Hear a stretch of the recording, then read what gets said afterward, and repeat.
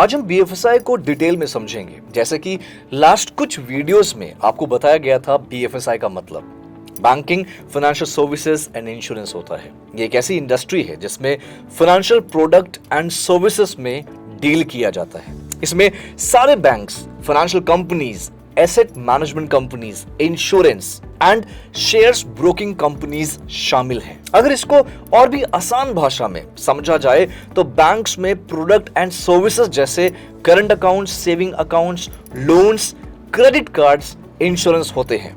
वहीं पे financial services जैसे investment banking, brokerage, wealth management, mutual funds, stock market and financial advisory services होते हैं। इंश्योरेंस की अगर बात करें, आप सबको पता है इंश्योरेंस का मतलब बीमा होता है, जिसमें आते हैं life insurance, motor insurance, health insurance and travel insurance.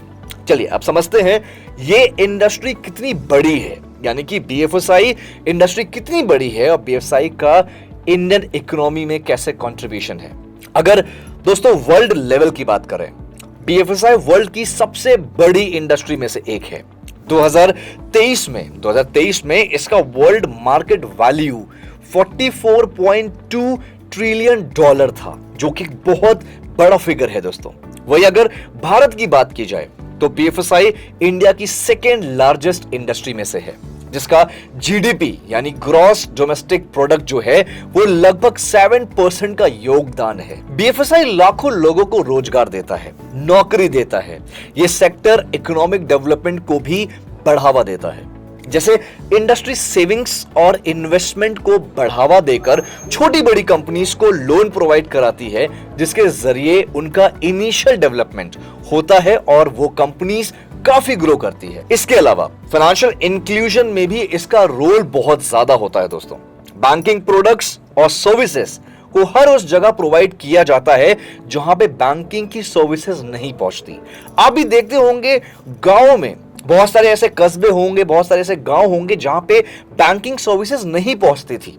आज बीएफएसआई के जरिए, बीएफएसआई में जो बैंकिंग के कुछ इनिशिएटिव्स हैं, उसके जरिए ये बैंकिंग प्रोडक्ट्स एंड सर्विसेज हर जगह पहुंच रही है।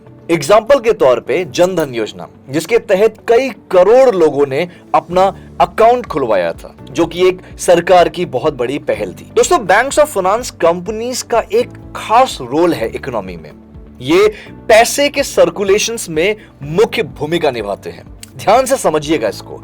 यहां सेविंग्स और इन्वेस्ट किए हुए पैसे को जरूरतमंद लोगों तक लोन के रूप में पहुंचाते हैं और मनी सर्कुलेशन को बनाए रखते हैं।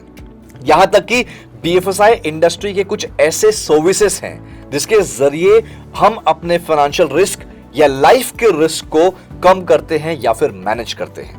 अब आप समझते हैं कि इसकी ग्रोथ और इसकी अपॉर्चुनिटी कैसी होगी। इंडिया की पॉपुलेशन दोस्तों, मिडिल क्लास की ग्रोथ और urban and semi urban market एक बहुत बड़ी ग्रोथ अपॉर्चुनिटी है। ये ग्रोथ अपॉर्चुनिटी बीएफएसआई प्लेयर्स के लिए है, यानी कि बीएफएसआई में जो टॉप कंपनीज हैं उनके लिए एक बहुत बड़ा ये प्लस पॉइंट है, बहुत बड़ा ट्रम्प कार्ड है। आज हमारे भारत में करीब 80 करोड़ लोग स्मार्टफोन का यूज करते हैं और ये फिगर दिन प्रतिदिन बढ़ता जा रहा है, यानी कि डिजिटल ट्रांसफॉर्मेशन एक बहुत बड़ी वजह है बीएफएसआई के फ्यूचर ग्रोथ का। एक रिपोर्ट आई थी, एक रिपोर्ट के मुताबिक 2023 से लेकर 2028 का जो ये समय है, ये जो ड्यूरेशन है, इसमें बीएफएसआई सेक्टर की जो एनुअल ग्रोथ रेट है दोस्तों, वो 15 से 17% होने की उम्मीद है। तो दोस्तों, इस वीडियो के जरिए आप सबको एक मैसेज पहुंचाना चाह रहा हूं कि बीएफएसआई काफी demanding, trending and growing industry है। बीएफएसआई से ही रिलेटेड हम यानी अड्डा कुछ नया लेके आने वाला है। बस थोड़ा सा इंतजार करिए।